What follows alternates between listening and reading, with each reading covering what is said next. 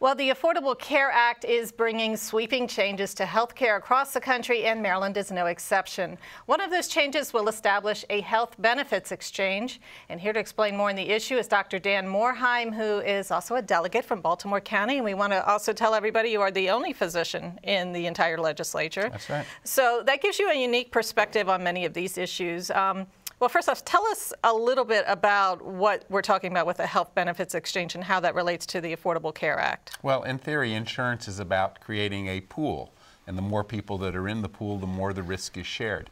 And so the purpose of the Health Benefit Exchange is to help those folks who can't afford health insurance or can't get it for one reason or another, as well as small businesses, get the buying power that larger companies have. So the insurance exchange is a pool and allows more people into it and spreads the risk and therefore hopefully lowers the cost as well as increases access to care. There's also part of this will increase Medicaid to a higher level so that people will be able to get Medicaid benefits as well.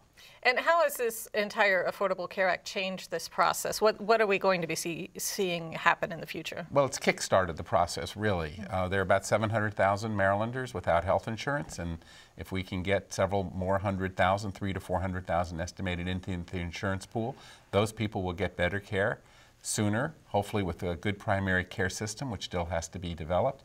And if that's the case, hopefully they'll be healthier, but also their problems will be dealt with sooner, which won't be as expensive for everybody else to pay for and less suffering for them. And you mentioned there'll be some changes with Medicare or Medicaid? Medicaid. Medicaid. What kind of changes were we talking about? Medicaid is based on your level of poverty. That's how little income you make. And there'll be a number of people for whom the threshold will be changed so that they'll be eligible for Medicaid. And right now they get very limited benefits, if at all, and that's mainly single men.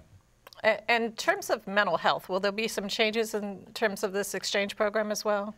The idea has always been that mental health should have the same parity or equalness with physical health. The mind and the body are connected, and that should help mental health issues as well. But there's still a lot of shortfall. We don't really do enough addiction treatment programs, in my opinion, and mental health is still hard to get for some folks. So there's a lot of work to be done. I'm speaking as a career emergency physician and then also someone who worked at Healthcare for the Homeless in downtown Baltimore. So I've seen a lot of folks who have been unable to get health care and then the problems that ensue.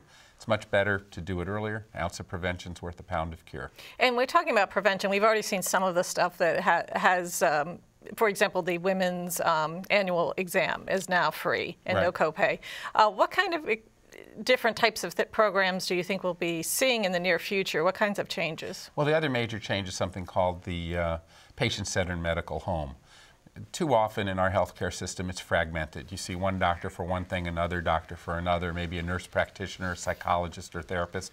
The idea here is that all that care will be coordinated, and I think that'll help patients. I know even as a physician, as a legislator, it's sometimes hard for me to understand my own healthcare system. I think it's very hard for folks.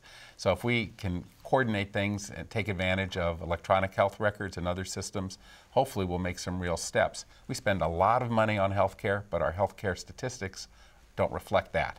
So we've got to be a lot smarter with how we spend our money, focus on patients, focus on primary care, and hopefully we'll get a better system. Focus on end-of-life care, an issue that I work hard on, and I also support medical marijuana. So there are a number of things we can do within the framework. Just briefly, do you see this being a good change in terms of things that are going to happen in the near future? Overall, I think it's a good change, but it's going to take a lot of positive work. I credit President Obama with taking it as far as he did. I'd like to see some of these changes go farther, but it's time for a robust discussion about health care and how to make it work, and then the elements of personal responsibility are a factor as well. All right, Delegate Morhaim, we want to thank you for coming out here. We know you have a very busy schedule. We appreciate it. Thank you, Patty. Thank you.